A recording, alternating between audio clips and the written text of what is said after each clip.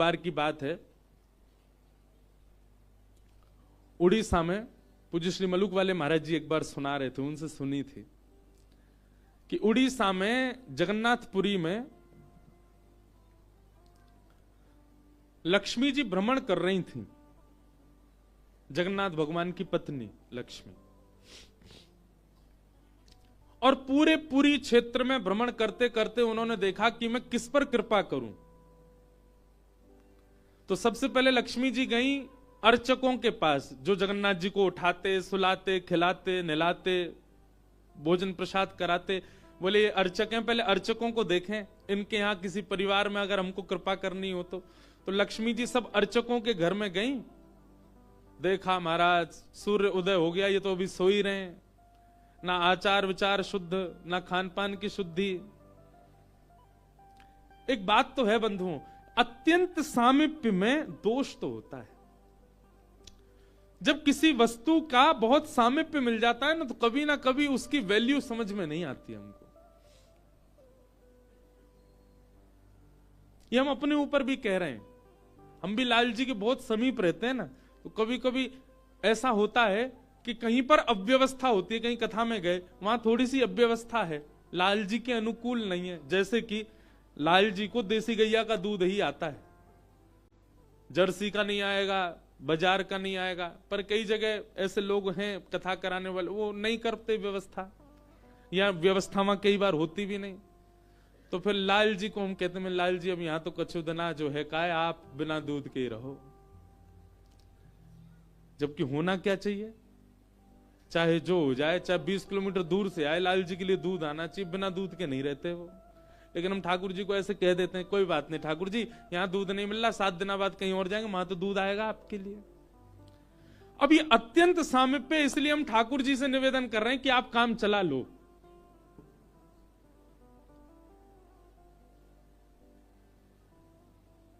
महाराज जब नया नया ब्याह होता है ना घर की लाली का, तो दामाद जी पहली बार जब घर आते हो, दामाद जी कोई डिमांड कर दें कि ये मिठाई खानी है, तो सारे जितने घर के साले होते हैं, घर के बड़े, वो 50 किलोमीटर भागते हैं, जीजा जी के लिए लेके आना है, उन्होंने मांगा है। और वही दामाद जी 10 साल बाद आके कुछ कहे, बोले अब जीजू रहने दो, क्या करोगे खाके।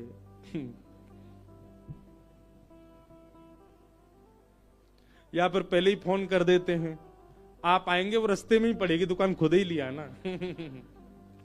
अत्यंत सामीप्य के बाद में कहीं ना कहीं हमारा भाव जो है वो धीरे धीरे घटने लग जाता है। कभी कभी मैं आपसे भी निवेदन करूं, ठाकुर जी से भी विरह मांगो, हे नाथ कहीं मैं आपके बहुत समीप ना आ जाऊं, बहुत समीप आकर के कहीं मैं आपके प्रति मेरा भाव कम ना हो जाए। तो लक्ष्मी जी ने देखा महाराज सबरे पुजारी, अर्चक, साधक लेट लेट तक सो रहे हैं, ना आचार विचार शुद्ध, ना खान पान की शुद्धि, ना वस्त्रादि धुले हुए, एक ही वस्त्र हैं, 5-5 दिन तक उन्हीं को पहनने हैं।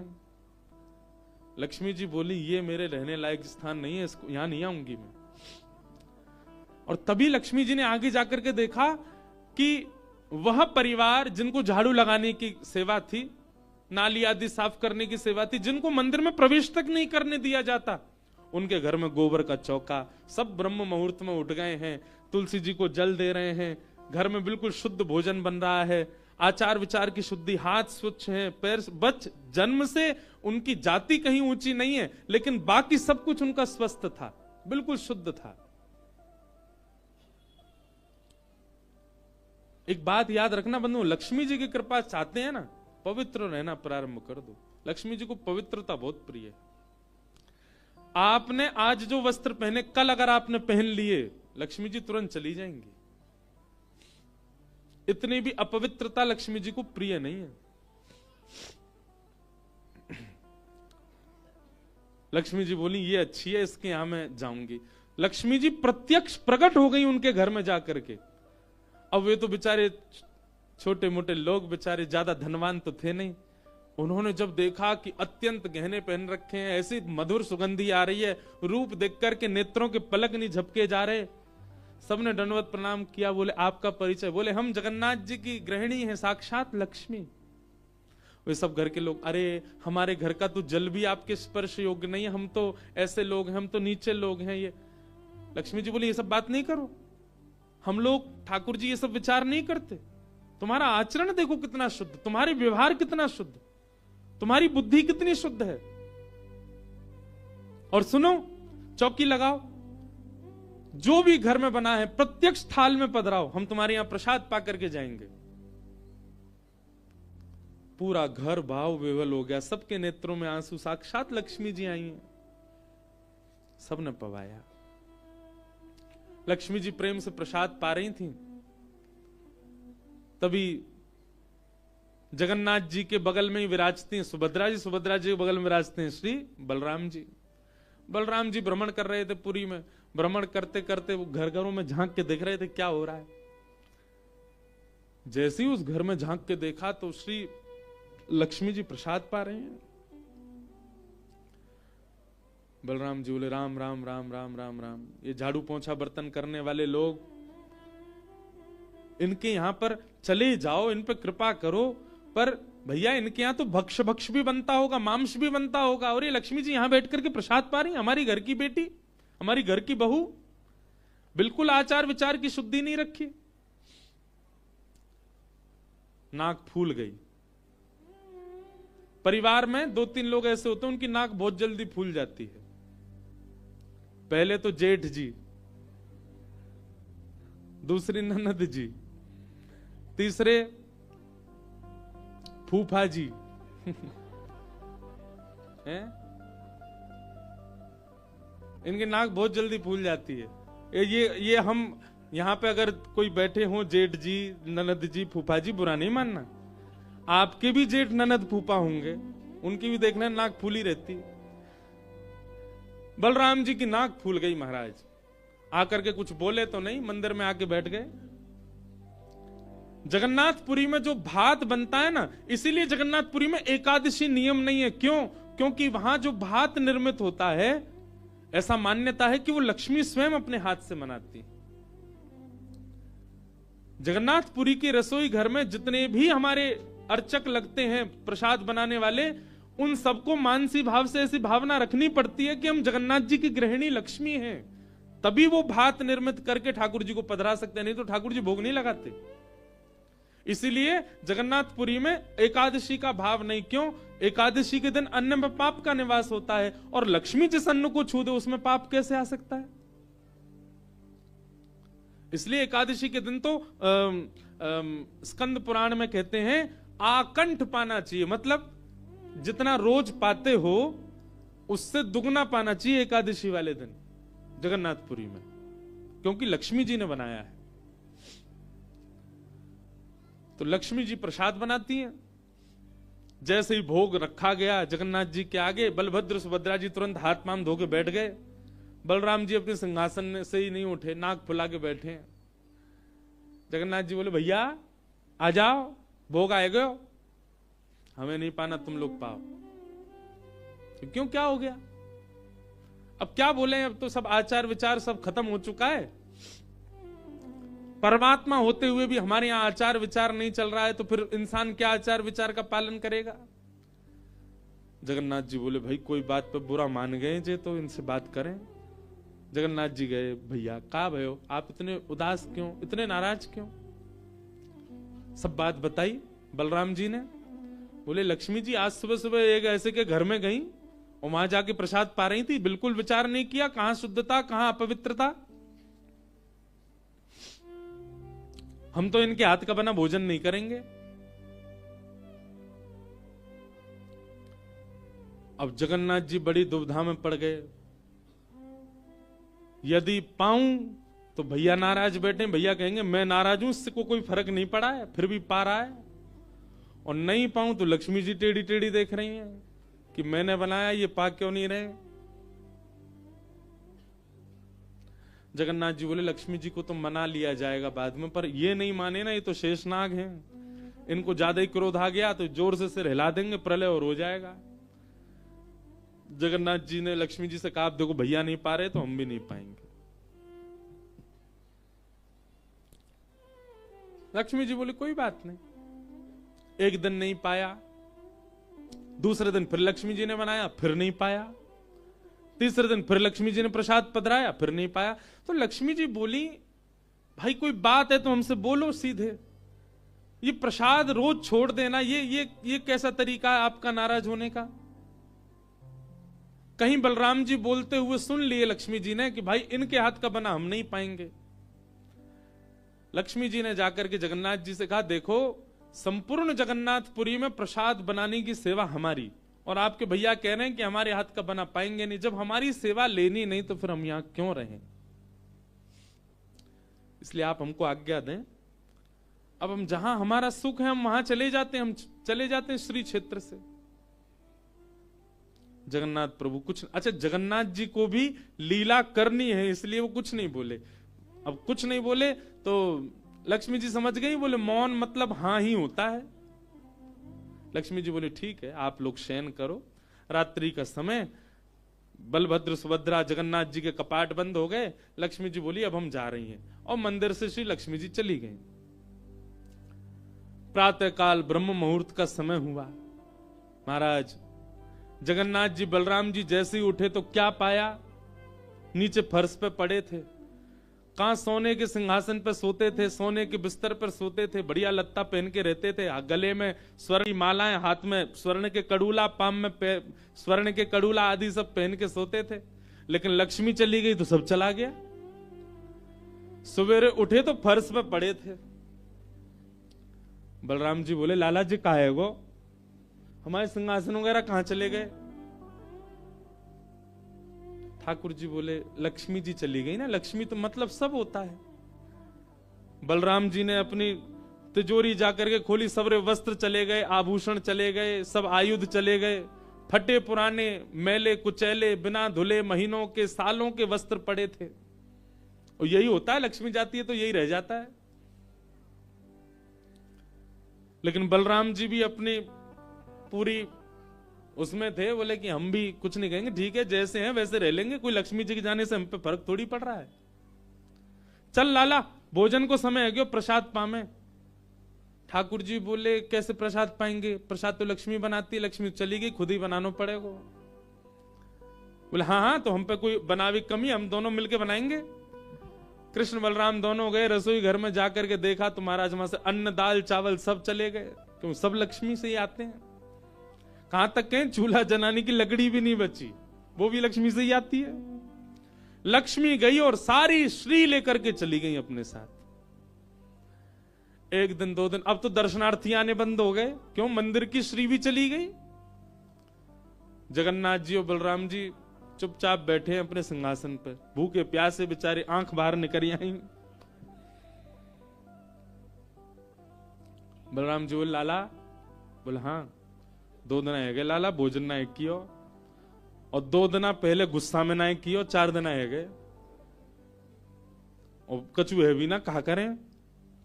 देखो इस बात को कोई ऐसे मत ले लेना, लोग सोचने वाले भी लेते हैं, बताओ महाराज जी कुछ भी बोल रहे हैं, वो साक्षात ब्रह्म है।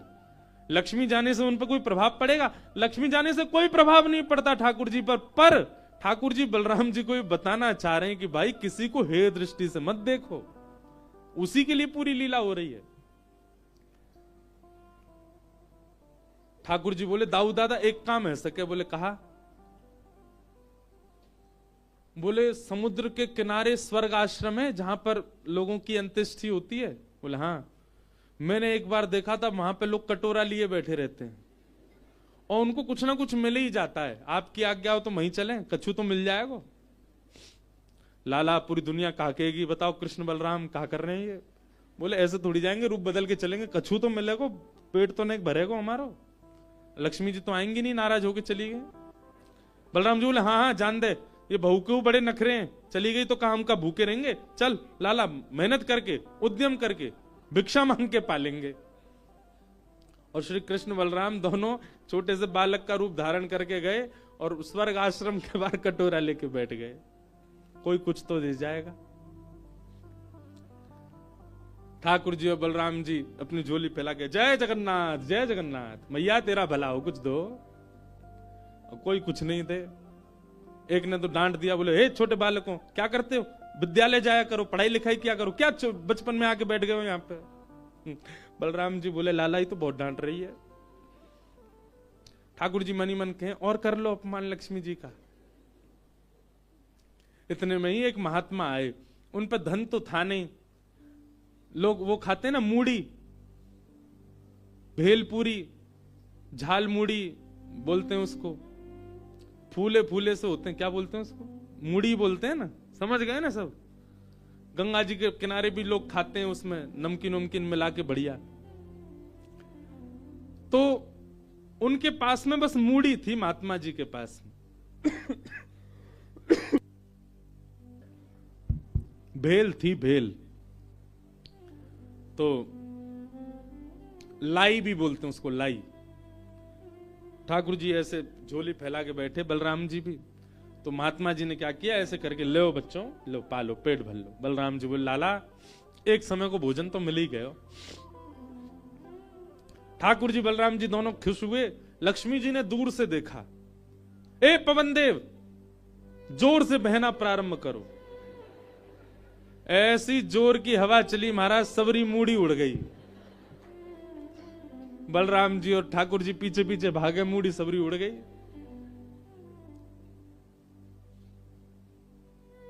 बलराम जी बोले लाला ये क्या हो गया? बोले भैया हम संकोच में कुछ कहते नहीं, आप बड़े भैया हो, पर हम एक बात कहें, ये लक्ष्मी के बिना सवाल हो रहा है हमारा। ठीक है बहू है, आपने समझा देते, आप भी बिल्कुल नाक फुला के बैठ गए, गुस्सा है के बैठ गए, चली गई बेचारी।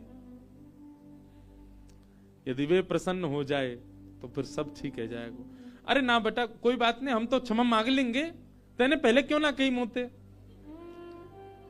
ठाकुर जी बोले अब कोई बात नहीं, अब चलते हैं, ढूंढे उनको कहां है।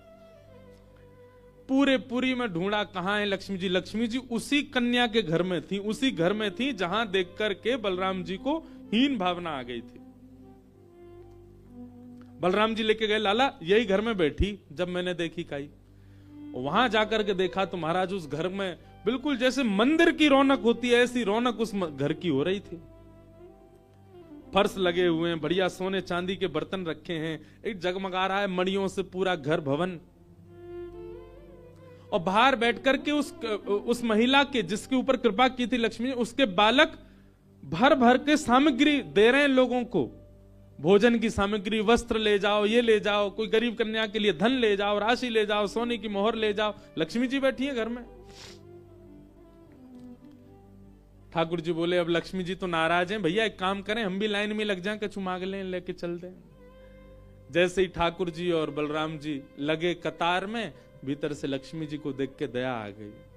मेरे प्राणनाथ, ये चाहे तो सर्वसमर्थ हैं, परंतु बलराम जी को बताने के लिए पूरी लीला कर रहे हैं। लक्ष्मी जी तुरंत बाहर आई और दोनों को इशारा किया, आप लोग इधर आओ।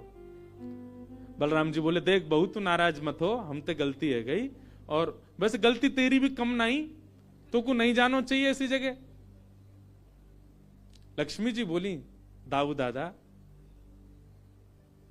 ठाकुर जी के लिए सब अलाव है, हमारे लिए इतने बंधन।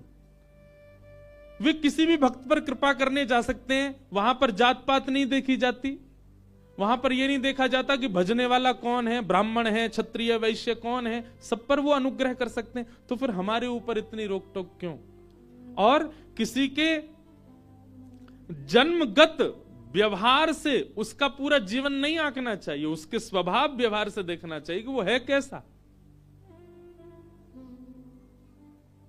कहां आप कहते हैं कि ब्राह्मण सर्वश्रेष्ठ, और वो देर देर तक सो के उठ रहे हैं, उनके यहां शुद्धि नहीं, वस्त्र 4-4 दिन तक पहन रहे हैं, एक महीना एक ही धोती में निकाल रहे हैं।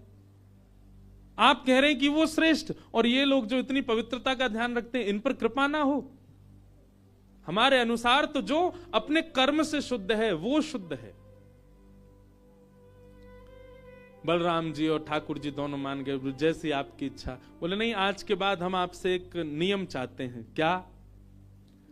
बोले श्री जगन्नाथपुरी में नियम कर दीजिए। बोले क्या? जिस महाप्रसाद को ब्राह्मण पाएगा उसी महाप्रसाद को शूद्र भी पाएगा, दोनों को समान फल मिलेगा। और यहां महाप्रसाद का ऐसा नियम रखा जाए कि अगर एक ही पत्तल में दोनों बैठ करके पालें तो दोनों को समान पुण्य प्राप्त पाते ही। अन्य तीर्थों में तो बहुत साधन करने पड़ेंगे, पर पुरी में आकर के कोई एक दिन का भी यदि महाप्रसाद का पाले तो उसको सर्व साधनों का फल प्राप्त हो जाए। और किसी भी प्रकार से यह ना देखा जाए कि कौन किस वर्ण का है, वो स्वभाव से शुद्ध होना चाहिए। हम सबको हृदय लगावे। अगर ये सब आपको मंजूर हो तो मैं राजी हूं। राजी हुए और तब से श्री जगन्नाथपुरी में ये सब नियम नष्ट कर दिए गए। महाप्रभु जी सबके लिए सुलभ हो गए। कहां तक कहें, जब ठाकुर जी बीमार होते हैं ना, तो ठाकुर जी की सेवा ब्राह्मण नहीं करते, अन्य वर्गों की ही सेवा होती है श्री ठाकुर जी की। वे ही ठाकुर जी को अंतरंग भाव से सेवा करते हैं, उन्हीं से ही ठाकुर जी प्रसन्न होते हैं। तो व्यक्ति का व्यवहार, स्वभाव, उसकी विचारधारा वो उच्च होनी चाहिए। वो जन्म से कौन है इससे फर्क नहीं पड़ता। सनातनी परंपरा है, परंपरा का निर्वहन होना चाहिए, परंपरा का पालन होना चाहिए, परंतु हे दृष्टि के साथ ठाकुर जी नहीं रखते तो हम क्यों रखें।